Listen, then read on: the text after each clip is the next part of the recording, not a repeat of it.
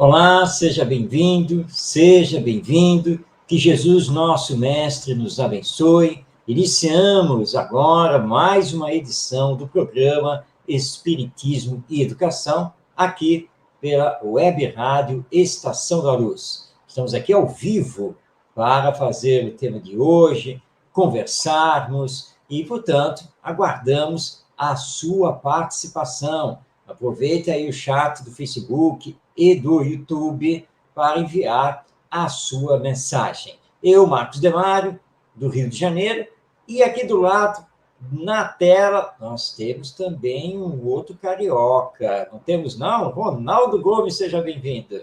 Muita paz, que Jesus nos abençoe, que possamos ser apenas um intérprete dos nossos próprios anseios, mas com a inspiração do alto. Muita paz, gratidão a todos. Marcos.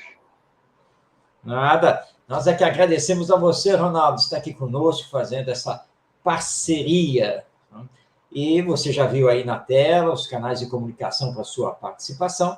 E hoje nós vamos ter a segunda parte do estudo que estamos fazendo, tendo por base um texto do espírito Joana de Ângeles, na psicografia de Edivaldo Pereira Franco, e que nós estamos trabalhando o conceito espírita da educação. O texto da Joana de Ângeles está aqui, nesta obra, Estudos Espíritas, publicação da Federação Espírita Brasileira, e vou mostrar aqui de novo, pronto, para todo mundo ver, está aqui, ó. E o texto que nós estamos trabalhando, ele é do capítulo 23, que tem por título Educação. Nós já falamos aqui que o Espiritismo é doutrina de educação do ser imortal. E, aliás, o programa de hoje, ele tem, assim, um viés um pouco mais especial, porque nós estamos na véspera, que hoje é dia 17, estamos na véspera do dia 18. E você, espírita, que está nos acompanhando, já deve estar lembrando de alguma coisa. Dia 18 de abril, isso mesmo, 18 de abril de 1857, quando foi lançado, lá em Paris, França, o Livro dos Espíritos. E, com isso, tivemos o lançamento do Espiritismo, ou Doutrina Espírita. Então, o programa de hoje é uma homenagem aos espíritos superiores e ao codificador Allan Kardec, por todo o trabalho que realizaram para nos dar esta doutrina maravilhosa. Muito bem, e nós vamos citar Kardec aqui no programa para conjugar aqui com o texto da nossa Joana de Ângeles. Nós estudamos então, não é, Ronaldo, no programa passado, alguns conceitos que a Joana de Ângeles nos trouxe a respeito da criança, a respeito das finalidades da educação, mas não esgotamos o texto dela, e ficamos hoje, né, para podermos explorar o restante do seu texto. E aí, Ronaldo, por onde nós vamos começar, então, essa arqueologia do texto de Joana de Ângeles? Eu vou iniciar no próprio texto e depois dando consequência com o Livro dos Espíritos, que, aliás, eu, pesquisando aqui o Livro dos Espíritos, só botei assim, a palavra educação, aí você começa a entrar em vários assuntos aqui que Kardec faz. Então, mas eu quero ler o texto, que é justamente para que possamos dar uma ideia exata do que Joana fala e do que Kardec, os espíritos, vêm trazer para nós, e ainda mais agora com o aniversário. Como a doutrina nos ajuda nesse aspecto da educação, porque, como ela diz aqui, a educação abrange vários aspectos, é a própria vida em si. Então, ainda que nós ainda estamos longe de compreender, de entender, eu falo isso, Marcos, porque ainda vivenciamos todo um aspecto ainda cognitivo, uma educação propriamente falando do intelecto. Mas vamos chegar lá. Ao educador, ela inicia assim já nessa segunda parte.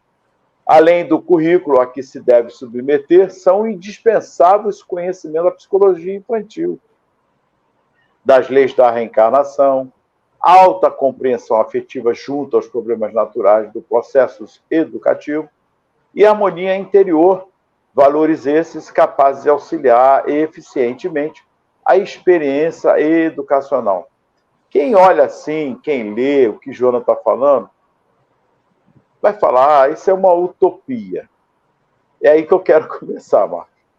É uma utopia, Marcos, o que ela está colocando? Você entendeu onde eu quero chegar, porque é uma utopia. Perfeitamente. Vamos lá, então. Utopia. Esse termo, ele significa algo que não é possível alcançar, algo que fica só no ideal, só no sonho, quer dizer, algo que é impossível, é uma utopia, tá? Só nos seus delírios. É assim que se entende essa palavra utopia. Mas vamos aqui dissecar o texto da Joana de Ângeles para ver se é realmente. Então, ela está se referindo aqui ao educador. Tá?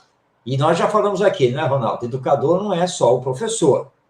O pai é o educador, a mãe, o avô, a avó, o evangelizador da infância. Enfim, todo e qualquer responsável por uma criança, por um adolescente, é um educador.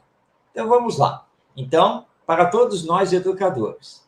Então, além do currículo a que se deve submeter. Então, esse é o primeiro ponto. A existência de um currículo. Porque existem diretrizes. É claro que não se pode fazer o trabalho educacional de qualquer jeito. É como nós aqui no programa, não é, Ronaldo? Nós não podemos chegar aqui, faltando 5 minutos para colocar o programa no ar. Ronaldo, vamos falar do que hoje? Não, claro que nós precisamos pensar no tema previamente, então isso não deixa de ser um currículo, um planejamento que nós vamos fazendo. Agora, o que se espera é que esse planejamento seja flexível, que ele também tenha espaço para a participação do educando e assim por diante. Mas um currículo, ele sempre haverá de existir, seja em linhas mais gerais, seja em linhas mais específicas. Ok, até aí, nada demais. Só que a Joana diz que o educador tem que ir além do currículo. Agora que vai começar a situação. Diz ela que são indispensáveis, olha só, hein? É indispensável os conhecimentos da psicologia infantil. Ronaldo, já deve ter aí telespectador que está dizendo, como assim? A Joana de Anjos está mandando eu fazer um curso de psicologia? É isso? Não, claro que não. Não, ninguém precisa correr para a faculdade. Ninguém precisa se tornar psicólogo. Não é isso. Mas conhecer a psicologia infantil. Seja através da leitura de bons livros, seja através de pesquisa na internet, assistir vídeos, né, por exemplo, que falem bem, que mostrem como é o crescimento da criança, não apenas a questão biológica, mas psíquica, os estágios de desenvolvimento, enfim. Então, conhecer psicologia infantil, o problema dos traumas, como lidar com o sim, com o não, e assim por diante. E nós temos aí autores muito bons com as suas obras e também na internet. Então, é importante. Ainda mais hoje, Marcos, perdão, que convivemos com crianças especiais, autismo, enfim, com várias especialidades. Como todos nós também temos as nossas deficiências. Então, mais uma importância de se buscar realmente esses conhecimentos. O canal da Ieda Freitas, salutam. Olá, paz e saúde. Andréa Rezende também, gratidão a todos, que Deus abençoe cada um de nós. Muita paz. Mas então, Marcos, é Minas Gerais. Andréa, Minas Gerais. Ô, Minas Gerais. Ivonete, boa noite, Marcos. Gratidão também, Ivonete, muita paz. Então, Marcos, não é ser um expert do assunto, mas isso. Quando você está à frente da educação, e hoje nós temos a informatização, temos aí o YouTube, qualquer canal você buscar aí, você vai encontrar inúmeras oportunidades que lhe dará conhecimento e um vasto assunto sobre temas variados sobre a psicologia infantil. Com certeza. Então é por aí. Você não precisa ser um expert, mas é preciso conhecer psicologia infantil para melhor lidar com a criança, o seu filho, seu aluno. E hoje não é difícil fazer isso. Mas a Joana também diz que é indispensável os conhecimentos das leis da reencarnação. Ora, a reencarnação é um dos princípios que formam a doutrina espírita. Nós, espíritas, acreditamos nas múltiplas existências, ou seja, que já tivemos existências anteriores, as chamadas vidas passadas, estamos tendo esta existência, e que haveremos ainda pela frente de ter novas existências, sempre de acordo com as nossas necessidades evolutivas. E a reencarnação é um instrumento pedagógico de Deus. Algumas pessoas até pensam, né, que estar reencarnado aqui na Terra é castigo. Não. Claro que nós temos muita dor, nós temos muito sofrimento, nós temos muitos problemas, mas não temos somente isso. E a reencarnação nos dá a oportunidade de reparar o passado e construir o futuro. Então, é sim um instrumento pedagógico divino. Então, nós precisamos conhecer melhor a reencarnação com as suas finalidades, as consequências dos nossos atos, a ligação entre as diversas existências, as questões das provas, das expiações e assim por diante, porque tudo isso influencia a educação, influencia em como o educando, esse espírito reencarnado, se encontra aqui na Terra. Então, temos que estudar a reencarnação.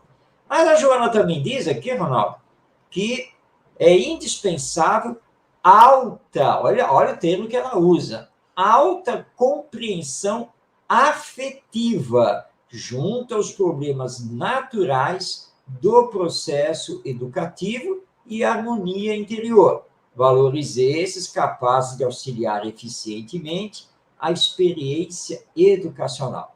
Bom, vamos conversar sobre isso. Alta compreensão afetiva. Aqui, nós podemos até perguntar para todos que estão nos assistindo, você tem sentimento? Você sente? Você se emociona? Você se magoa? Você fica alegre? Todo mundo vai responder que sim. Claro, porque esse é o ser humano. Porventura, vamos a outra pergunta. A criança não é um ser humano? É, todos nós vamos agora. Claro que a criança é um ser humano. Ora, se a criança é um ser humano, ela também tem sentimentos. Ela também se emociona, ela fica triste, ela fica feliz, e assim por diante. E, portanto, nós precisamos reconhecer esse mundo, o mundo emocional da criança, entender que os nossos atos, nossas palavras, presença e não presença, e assim por diante, tudo isso influencia e marca a criança, que é o espírito reencarnado, passando pela infância, por esse período. Bom, mas adquirir tudo isso só daqui a 10 encarnações, porque eu estou muito longe disso. Por isso, esse dizer da Joana de Anjos é utópico. Olha só, voltemos, vou lembrar o que o Ronaldo acabou de colocar. Mas a Joana de Anjos não está dizendo que nós temos que ser expertos em todas essas coisas. Mas ela está nos lembrando que não podemos esquecer dessas coisas. Não podemos deixar de lado tudo isso. Precisamos saber trabalhar. Para saber trabalhar, é preciso estudar, conhecer, compreender e se trabalhar. E você vai fazendo isso, pouco a pouco, mesmo errando. Mas é melhor você tentar acertar, errar, para se corrigir, do que nunca tentar. Então, é isso que a Joana está falando aqui. Todo educador precisa, então, conhecer um tanto quanto de psicologia infantil, como espírita, precisa mergulhar na reencarnação, porque a criança é um espírito reencarnado, precisa levar em consideração o lado emocional, afetivo desse ser que está em desenvolvimento. Dá para fazer, não dá, Ronaldo? Marcos, aí vem uma outra questão. Então, cabe, então, as ideias inatas nesse exato momento para compreendermos a psicologia infantil? Ou não tem nada a ver esse assunto sobre ideias inatas? Sobre educação como o conceito que Joana de Anjos está colocando para nós? Boa parte dos psicólogos não aceitam as ideias inatas, mas é compreensível, porque eles têm a visão meramente biológica do ser. Tá? E as ideias inatas implicam na reencarnação, na imortalidade da alma, ou seja, aquilo que o ser, o espírito, já está trazendo com ele.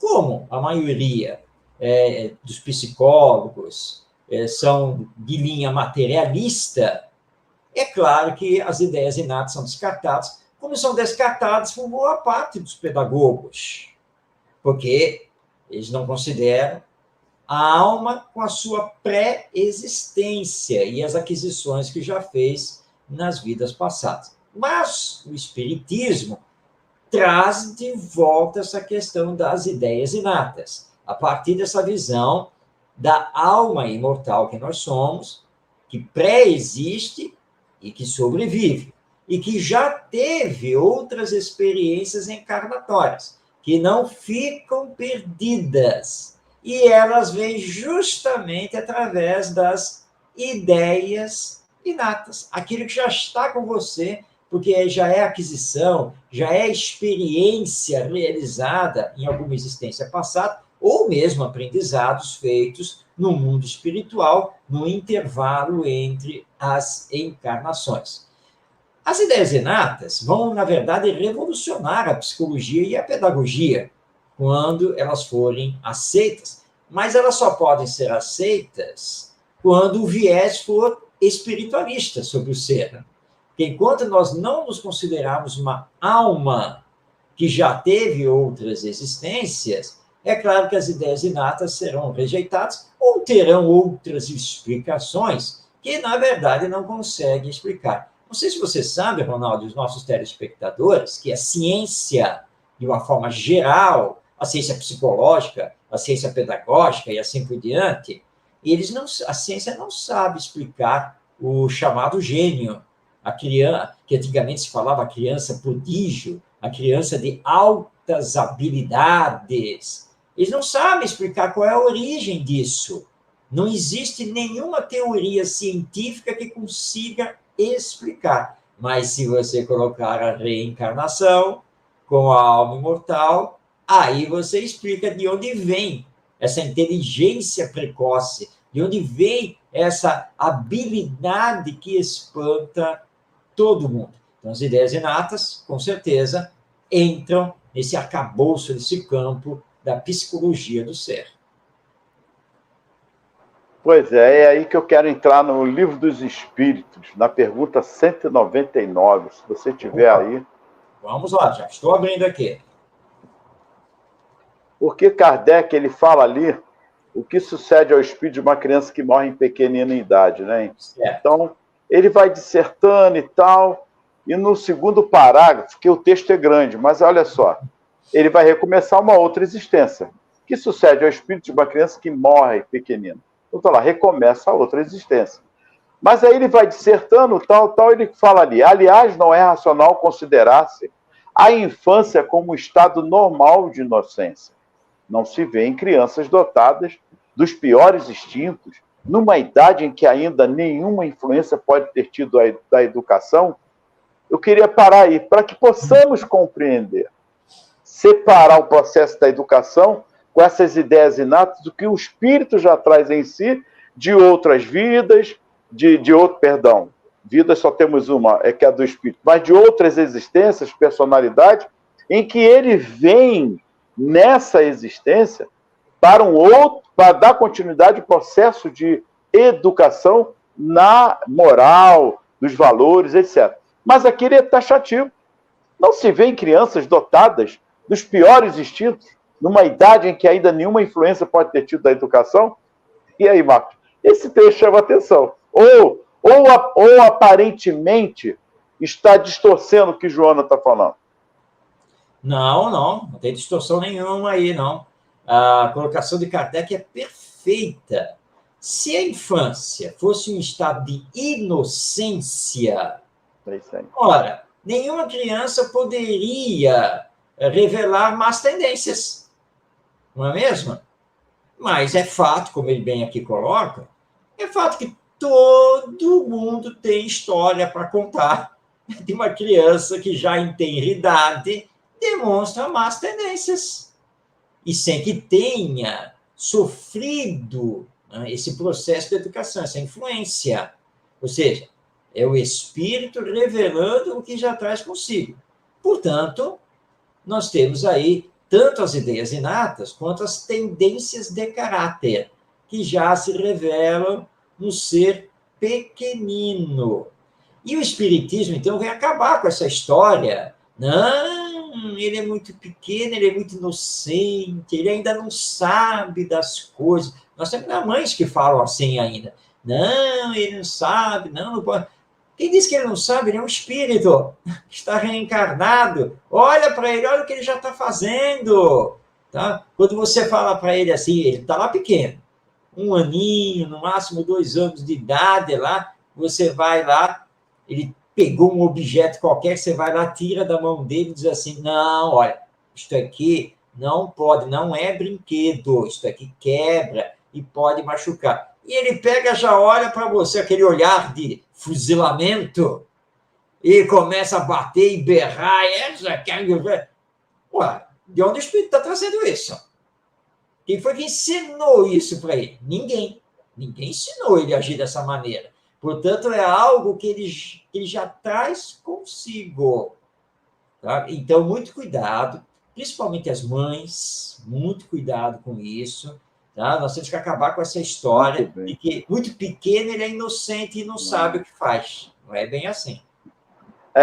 Esses aspectos que é importante. Olha só, eu estou indo da 199, vou dar um salto gigantesco agora, anterior, do início, quase no início lá, no início, prova da existência de Deus, Marcos. Na questão 6, por favor. Eu estou fazendo essa fragmentação para que possamos compreender melhor, entendeu? Eu não estou fazendo nada mais do que Kardec fazia com o pedagogo também eu estou fazendo a mesma situação. Então, vamos lá. No 6, ele diz assim, o sentimento íntimo que temos da existência de Deus não poderia ser fruto da educação, resultado de ideias adquiridas? Olha que interessante. Por que eu estou colocando isso? Porque é uma mistura nas escolas, faculdades, não se pode falar em Deus, não se pode falar em religião. Tá, concordamos. Mas Kardec aqui faz uma pergunta aos espíritos para desmistificar esse sentimento de religiosidade para com Deus, enfim. O sentimento íntimo que temos da existência de Deus não poderia ser fruto de uma educação religiosa? É isso que ele está querendo dizer. Uma educação religiosa ou alguma coisa parecida, resultado das ideias adquiridas? Olha a resposta dos espíritos. Se assim fosse, o que existiria nos vossos selvagens esse sentimento? E aí, Marco? Mais uma razão que estamos falando de espíritos.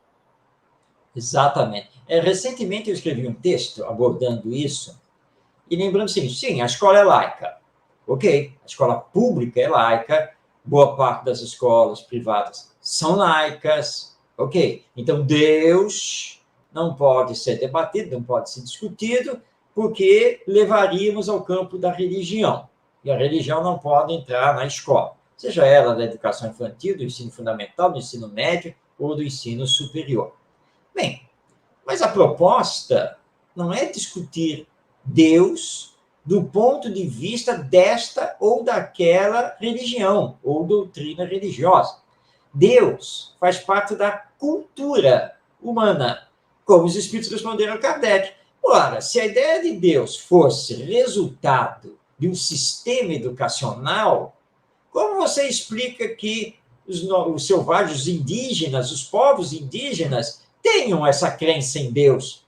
Mesmo que usem outro nome, mas eles têm a crença num ser supremo, superior. E eles não sofreram a educação da civilização ocidental, certo?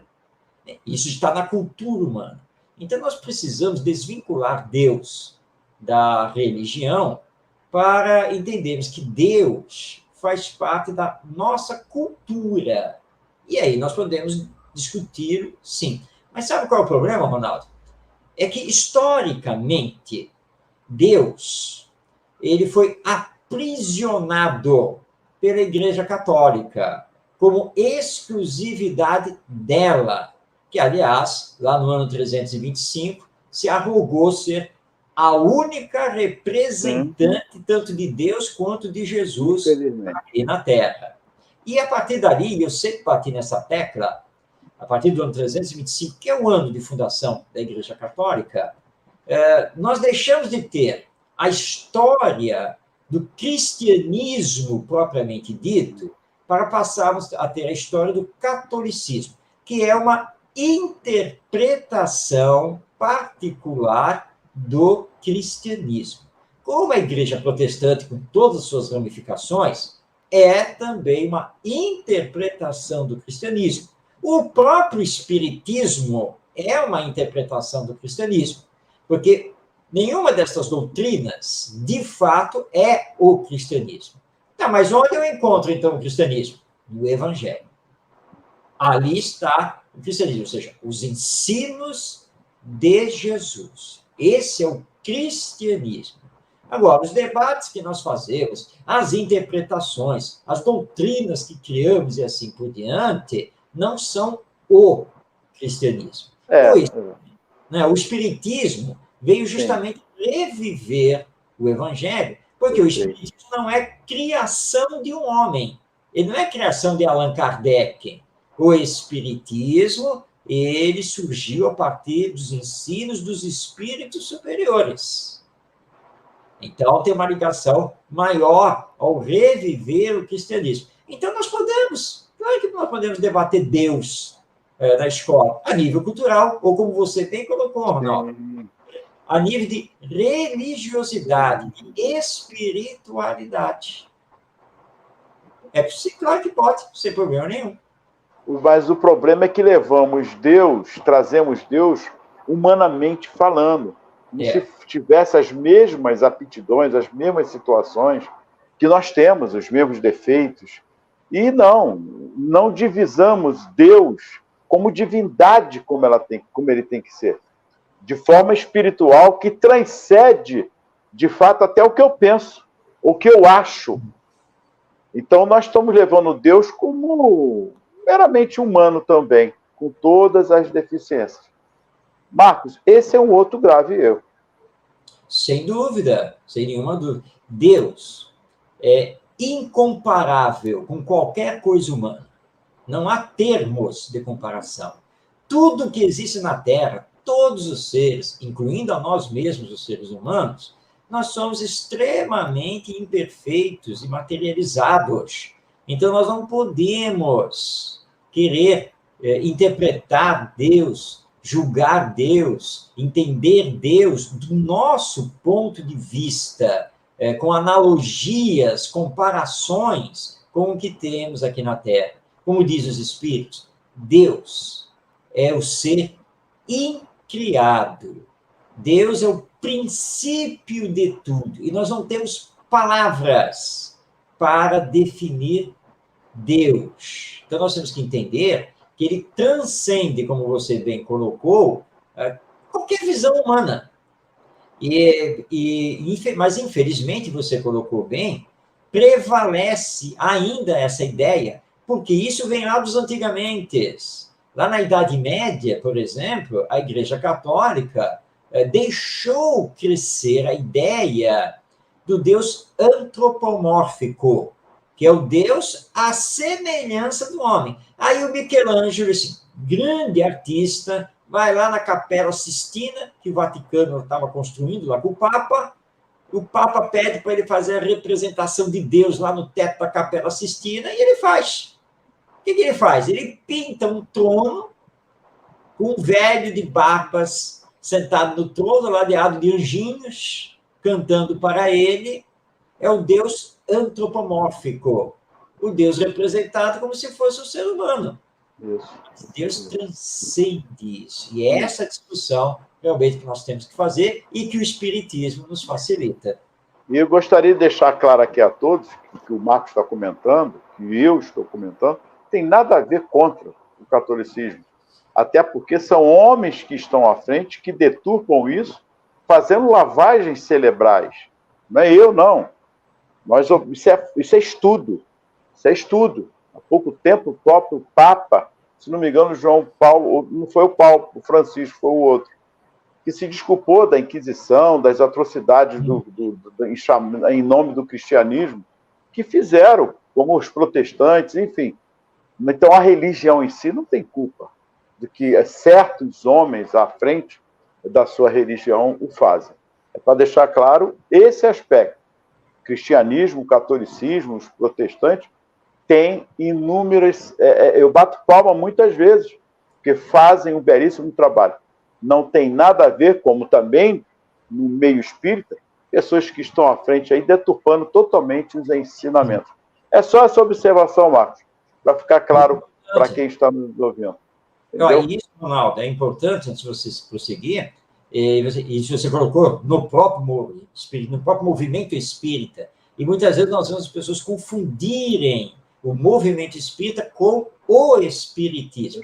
É claro que no movimento espírita nós vamos nos decepcionar com alguém, né? Ou deturpações, de repente, vão acontecer, mas que pertencem a nós, seres humanos, não tem nada a ver com a doutrina. Então, nós temos que entender bem isso e separar as coisas. Nós podemos discordar da ideia, daquela prática, enfim, mas isso não pode ser levado para o campo pessoal. É isso aí. Então, tomemos esse cuidado. Eu gostaria que você lesse a 813, por gentileza. Opa, 813, vamos lá, abrindo, vamos lá na 813. Estou misturando as coisas, é muita coisa. Educação. Daqui a pouco eu vou ficar confuso aqui, mas vamos lá. 813. 813. Aqui, vamos lá. Então, continuando aqui aos nossos telespectadores, calma, nós não esquecemos da Joana de Ângeles, não. Não, calma, é que tudo tem a ver uma coisa com a outra. Então, vamos lá, questão 813 do Livro dos Espíritos. Pergunta Kardec. Há pessoas que caem nas privações e na miséria por sua própria culpa. A sociedade pode ser responsabilizada por isso? Respondem os espíritos. Sim, já o dissemos. Ela é sempre a causa primeira dessas faltas, pois não lhe cabe velar pela educação moral dos seus membros? É frequentemente a má educação que falseia o critério dessas pessoas, em lugar de asfixiar-lhes as tendências perniciosas. Está tudo aí que a Joana está falando. Essa deturpação da educação é imprescindível, impressionante. E nós temos que entender, e olha só, os espíritos foram muito claros aqui, educação moral. É a grande tese da doutrina espírita. E a verdade é que a educação de hoje, por mais complexa, complicada, etc., que ela possa ser a nível curricular, de metodologias e etc., a grande verdade é a seguinte: a educação que promovemos hoje, ela não educa. Ela ilustra, ela dá conhecimentos, formação técnica, mas educar mesmo não educa. E olha, que não sou só eu que falo isso. Leon Denis já falava isso no início do século XX, que a educação precisa ser totalmente reformulada. E é o que os espíritos responderam a Kardec aqui. A sociedade é culpada. É culpada por quê? Porque não trata da educação moral dos seus indivíduos, daqueles que formam a própria sociedade. Nós assistimos agora, recentemente, a um caso que nós devemos trazer aqui para o programa, que aqui no Brasil nós começamos a ver as nossas escolas sendo invadidas com pessoas armadas e atirando indistintamente sobre professores e alunos. Muito bem, nós temos que tomar medidas. Claro que precisamos tomar medidas, porque isso não pode continuar a acontecer. Então, quais são as medidas? O que é que nós estamos vendo as instâncias governamentais falarem e se movimentarem? Bom, precisamos colocar policiais armados nas escolas, detector de metal no portão de entrada, câmeras de vigilância, revista nas mochilas. Precisamos também monitorar as redes sociais e agilizar a polícia para prender quem falar qualquer coisa em relação à violência nas escolas. Nós não vamos dizer aqui que algumas dessas medidas não têm que ser colocadas de alguma maneira em prática, mas temos que aqui afirmar que essas medidas vão enxugar o gelo. Essas medidas atingem apenas os efeitos. Por que estamos com tanta violência dentro das escolas, nas ruas, na sociedade em geral, com tanta corrupção? Porque há décadas que nós deixamos a educação moral de lado. E agora que a situação está chegando num nível quase que insuportável, nós continuamos a não querer discutir a educação moral, a formação do caráter, a correção das más tendências e o desenvolvimento das virtudes. Está mais do que na hora de trazermos de volta a Pestalozzi. E é isso mesmo.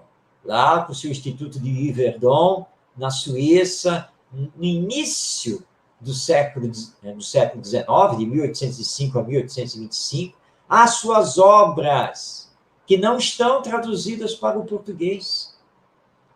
Pestalozzi, João Henrique Pestalozzi, foi o educador que lançou para o mundo a educação moral e demonstrou na prática as boas consequências da educação moral, que vai direcionar a educação intelectual. E o Espiritismo veio resgatar isso. Está aqui os Espíritos. Não estamos falando da educação, estamos falando da educação moral, que é responsabilidade da sociedade. Isso aí.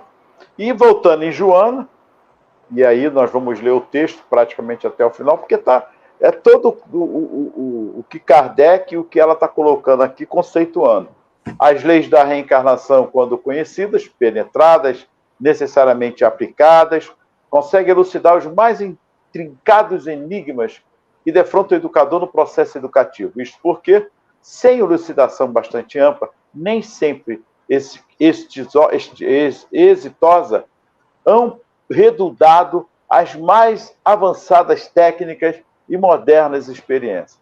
A instrução é setor da educação, na qual os valores do intelecto encontram necessário cultivo. Olha que bacana, tudo que nós estamos falando, Marcos.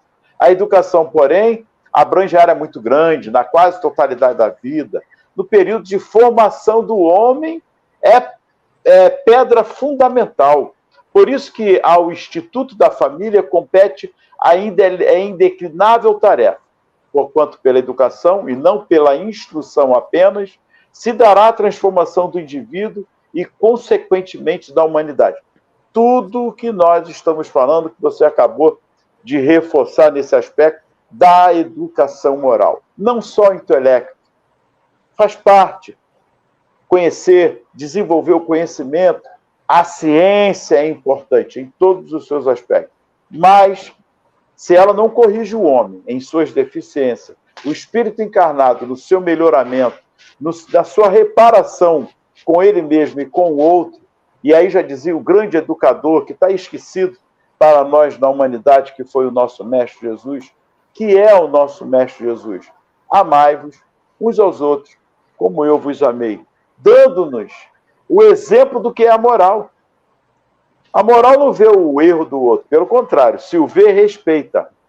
O problema é dele, não é meu.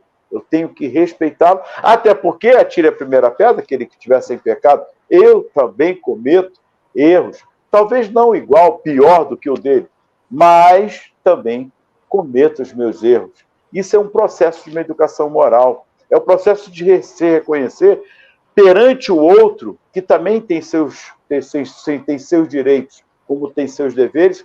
Eu também tenho meus direitos, tenho os meus deveres. Respeitar empatia, fazem parte desse processo. Porque se colocar no lugar do outro, nós não queremos. Nós invadimos o espaço do outro.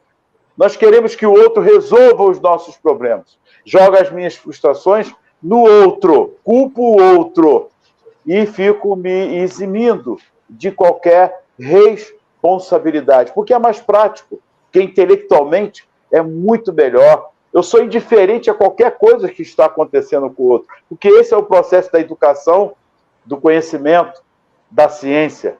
Indiferença.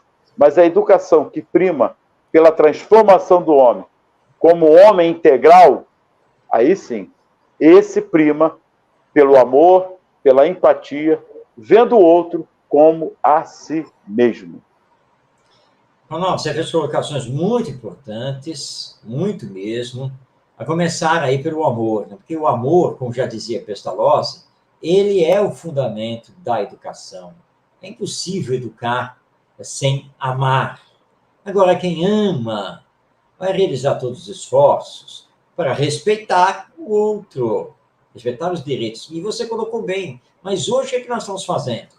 Nós exigimos que os outros nos respeitem, os meus direitos.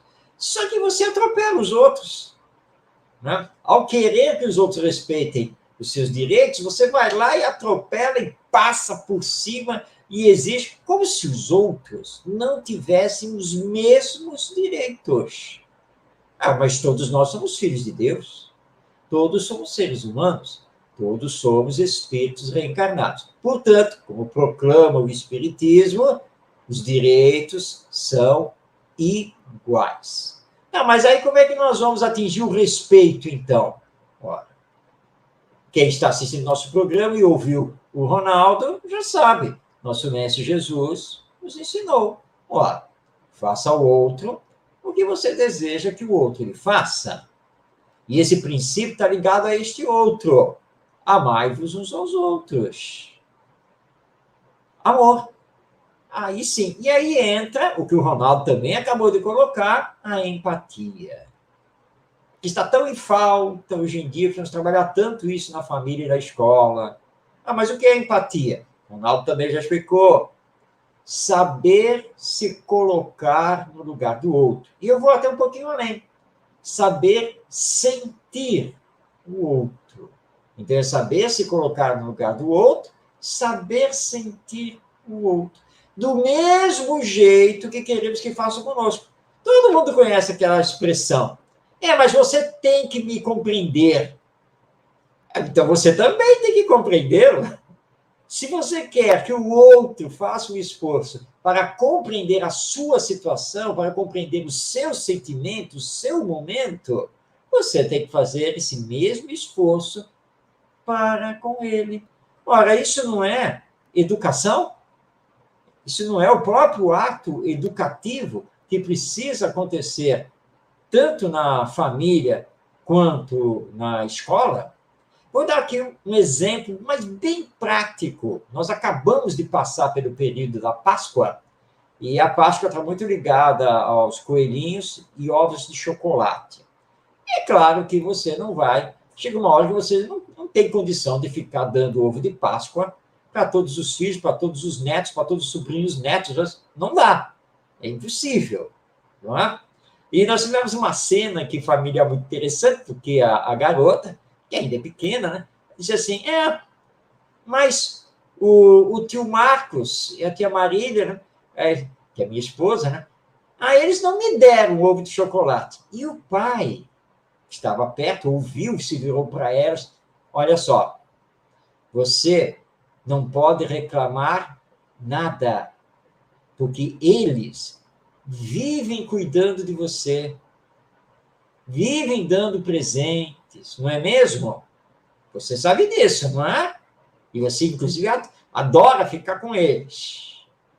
Então, você não pode chegar para eles e reclamar que eles não te deram um ovo de Páscoa. Entendeu? Aí, quem viu a cena disse que ela balançou assim a cabeça. Não, isso né? Então, conversa encerrada. É isso que nós temos que trabalhar. Isso é educar. Para que ele entenda. Ó, vai com calma. Na verdade, você acha que tem o direito de reclamar o ovo de Páscoa, mas, na verdade, você não tem o direito, não. Por tudo que fazem por você. Que, aliás, está muito acima de um ovo de Páscoa, né? Então, e aí ela entendeu, ela pensou, realmente, é verdade. Isso mesmo. Isso é educação. 917, Marcos. Opa, Eu gostaria de ler, mas eu gostaria de ler lá no finalzinho dela, praticamente quase no final, se não me engano, o terceiro parágrafo, que ela é muito grande, né? O Fenelon faz as observações lá, enfim. Isso. Mas no finalzinho, vê se você acha aí. Contudo, ela só se obterá se o mal for atacado em sua raiz. O terceiro parágrafo, lá no finalzinho. Certo. Achou? Achei. Contudo, você pode ler, por gentileza? Contudo, ela só obterá... Deixa eu ver aqui, exatamente essa parte aqui.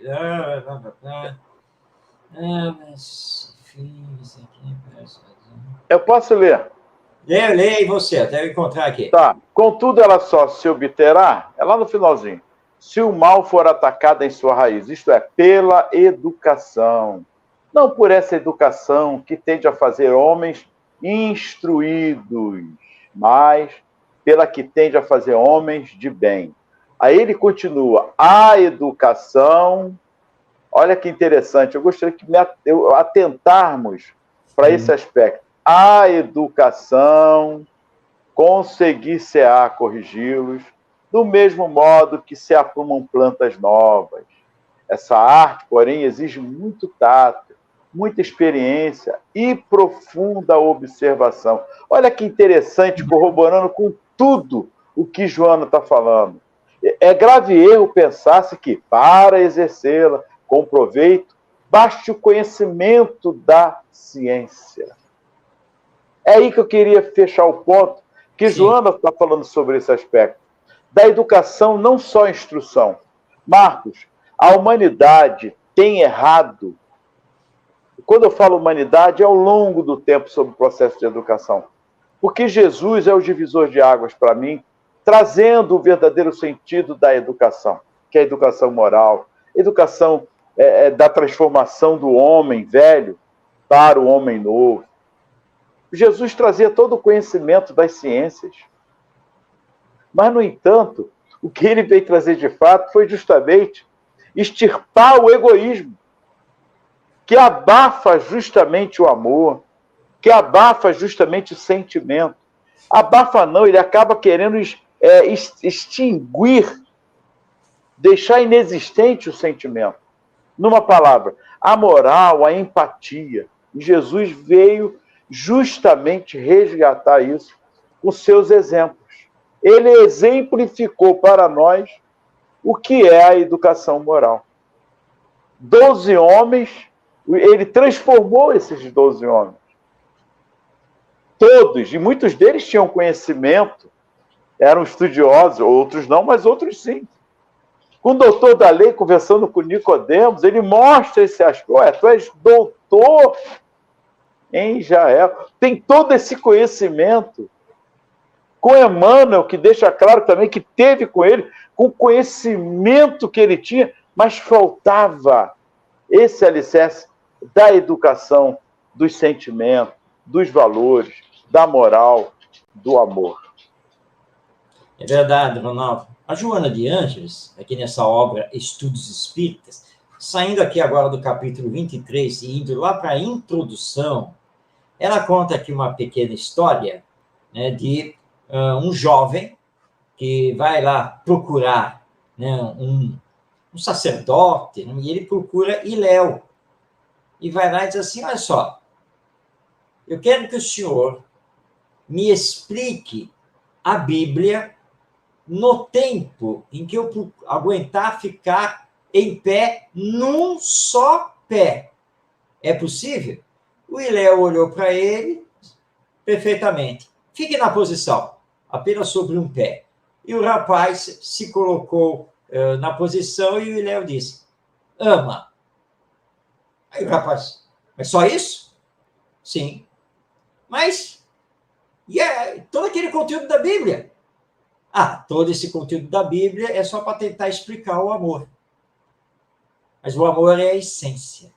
E Jesus, como o maior educador da humanidade, veio justamente nos trazer isso. Colocar para nós, olha só, o amor é tudo, porque Deus, como Pai, é amor. Deus fez a sua criação por amor. Tudo no universo, tudo na sua criação vibra no amor. O que está faltando para vocês aqui na Terra é vocês entenderem o amor como o maior dos sentimentos e começarem a se amar.